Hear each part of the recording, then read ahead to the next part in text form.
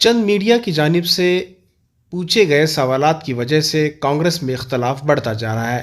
ज़मीर अहमद खान और डीके शिव कुमार के दरमियान इख्तलाफ पैदा करने की कोशिश की जा रही है।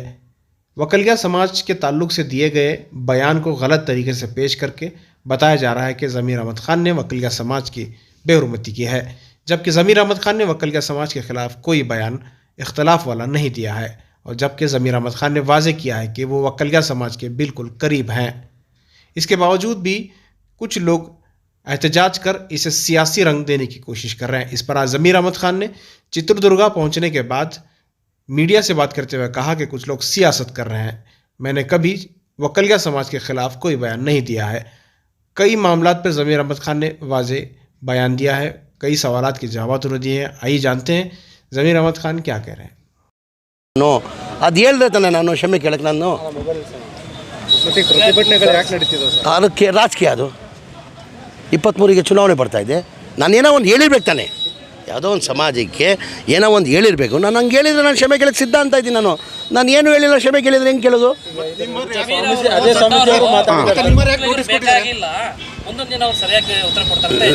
ನಾನು ಒಕ್ಕಲಿಗರು ಮಧ್ಯದಲ್ಲೇ ಬೆಳೆದಿರೋದು. ನನ್ನ ರಾಜಕೀಯ ಗುರು ನಾನು ಏನು ಹೇಳಿದ್ದೀನಿ? ನಾನು ಕಾಂಗ್ರೆಸ್ ಪಕ್ಷದಲ್ಲಿದ್ದೀನಿ. ಇವತ್ತು ನಾನು ಕಾಂಗ್ರೆಸ್ ಪಕ್ಷದಲ್ಲಿ ತಾನೇ ಇರೋದು. ಒಬ್ಬ ರಾಜಕಾರಣಿಗೆ ಒಬ್ಬ ಗುರು ಅಂತ ಇರ್ತಾರೆ. ನನ್ನ ಗುರು ಯಾರಂತ ಹೇಳಿದ್ದೀನಿ? ನನ್ನ ನಾಯಕರಾದಂಥ ದೇವೇಗೌಡರನ್ನೇ ನನ್ನ ಗುರು ಅಂತ ಹೇಳಿದ್ದೀನಿ. ನನ್ನ ರಾಜಕೀಯ ಗುರು ಯಾರು? ದೇವೇಗೌಡರು. 2005 ದಲಿತ ನಾರಾಯಣ ಕಾರ್ಯಕ್ರಮ ಮಾಡಿ ಅವ್ರು ಹಗಲು ರಾತ್ರಿ ದುಡ್ದು ಮನೆಗೆ ಸ್ಲಮ್ಗೆ ನನ್ನ ಅನಿಸಿಕೆ ಅವ್ರ ಮಕ್ಕಳಿಗೋಸ್ಕರ ಅವ್ರು ಅಷ್ಟು ಪ್ರಚಾರ ಮಾಡಿಲ್ಲ.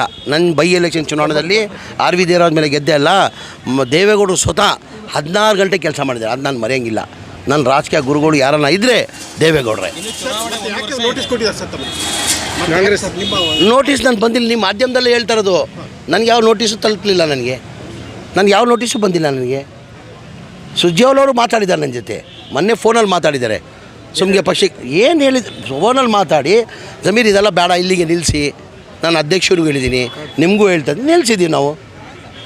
ಅಂದರೆ ಕಾಂಗ್ರೆಸ್ನಲ್ಲಿ ಎಲ್ಲವೂ ಸರಿ ಇಲ್ಲ ಅನ್ನೋದಕ್ಕೆ ಯಾರು ಹೇಳಿದ್ರು? ನಿಮ್ಮ ಮಾಧ್ಯಮದಲ್ಲಿ ಸೃಷ್ಟಿ ಮಾಡೋದು ಎಲ್ಲ ಹೈಕಮಾಂಡ್ ಅವರೇ ನಿಮಗೆ ಸೂಚನೆ ಕೊಡ್ತಾರೆ. ಅಂದರೆ ಏನು ನಾವು ಸರಿ ಇಲ್ಲ ಅಂತ ಹೇಳಿದಾರಾ? ನೀವು ಹೇಳಿಕೆ ಕೊಟ್ಟಿದ್ದರಿಂದ ಸ್ವಲ್ಪ ಪಕ್ಷಕ್ಕೆ ಹಿನ್ನಡೆ ಇದು ಡ್ಯಾಮೇಜ್ ಆಗ್ತದೆ, ದಯಮಾಡಿ ನೀವು ಸುಮ್ಗಿರಿ ಅನ್ನೋದು ಸುಮ್ಗಿದ್ದೀವಿ ನಾವು.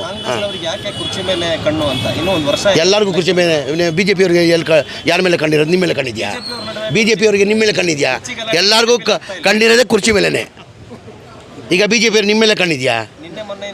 ಬಿ ಜೆ ಪಿಯವ್ರು ನಿಮ್ಮ ಮೇಲೆ ಕಣ್ಣಿದ್ಯಾ? ಮತ್ತೆ ಅವ್ರಿಗೂ ಕುರ್ಚಿ ಮೇಲೇ ಕಣ್ಣಿರೋದು. ಕಾಂಗ್ರೆಸ್ ಪಕ್ಷದವ್ರಿಗೂ ಕುರ್ಚಿ ಮೇಲೇ ಕಣ್ಣಿರೋದು. ಜನಕ್ಕೂ ಕುರ್ಚಿ ಮೇಲೇ ಕಣ್ಣಿರೋದು. ಜನತಾದಳ ಕುಮಾರಸ್ವಾಮಿಗೂ ಕುರ್ಚಿ ಮೇಲೇ ಕಣ್ಣಿರೋದು.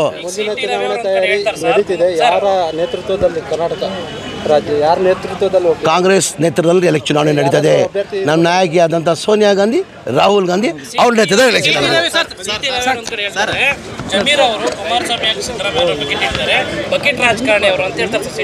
ಯಾರು? ಸಿ ಟಿ ರವಿನಾ? ಸಿ ಟಿ ರವಿ ಯಾವ ಹಿನ್ನೆಲೆಯಲ್ಲಿ ಬಂದಿದ್ದಾರೆ ಇವತ್ತು ಈ ಮೆಟ್ಟಿಗೆ ಬೆಳೆಯೋಕ್ಕೆ ಕಾರಣ ನಮ್ಗೆ ಗೊತ್ತಿದೆ. 2008 ಸಿ ಟಿ ರವಿ ಅವರು ಏನು ಆಗಿದ್ರು, ಯಾರು ತಾವು ಬಂದು ಏನು ಕೇಳ್ಕೊಂಡ್ರು ಅವ್ರನ್ನ ಕೇಳಿ ಹೇಳ್ತಾರೆ. 2008 ಅವ್ರು ಯಾರು ಬಗಿಟ್ಟಿಟ್ಕೊಂಡು ಈ ಮಟ್ಟಿಗೆ ಬಂದಿದ್ದಾರಂತ. 2007 ಕುಮಾರಸ್ವಾಮಿ ಅವ್ರು ಮುಖ್ಯಮಂತ್ರಿ ಇದ್ದಿರಲ್ಲ, ಎಲ್ಲಿ ಬಂದಿದ್ದರು? ಯಾರು ತಾವು ಬಂದು ಏನು ಕೇಳ್ಕೊಂಡ್ರಿ? ನಾನು ಸಾಕ್ಷಿ ಆಗಿದ್ದೀನಿ ರವಿ ಅವರೇ. 2007 ಕುಮಾರಸ್ವಾಮಿ ಮುಖ್ಯಮಂತ್ರಿ ಆಗಿದ್ರಲ್ಲ, ಸದಾಶಿವನಗರ್ ಬಂದಿದ್ರಲ್ಲ ಗೆಸ್ಟ್ ಹೌಸ್ಗೆ, ಅವಾಗ ಏನು ಕೇಳ್ಕೊಂಡಿದ್ರಿ? ಯಾರು ತಾವು ಏನು ಕೇಳ್ಕೊಂಡಿದ್ದೀರಿ? ಯಾರು ಬಗಿಟ್ ಹಿಡಿಯೋಕ್ಕೆ ಬಂದಿದ್ರಿ? ಅದೆಲ್ಲ ನನಗೆ ಗೊತ್ತಿದೆ. ಅವ್ರನ್ನ ಕೇಳಿ, ಈಗ ಈ ಪ್ರಶ್ನೆ ಅವ್ರನ್ನ ಕೇಳಿ ಹೇಳ್ತಾರೆ. ಕ್ಷಮೆ ಕೇಳಿ ಅಂಥದ್ದು ನಾನು ಏನು ಹೇಳಿದ್ದೀನಿ?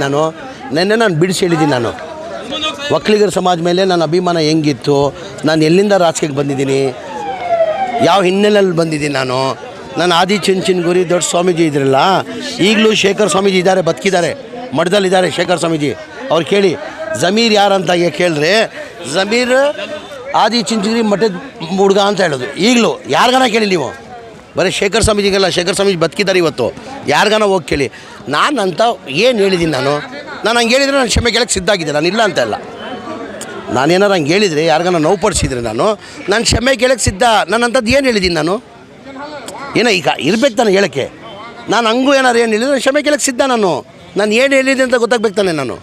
ನಾನು ಅಂಥ ತಪ್ಪದ ಎಲ್ಲಿ ಹೇಳಿದ್ದೀನಿ?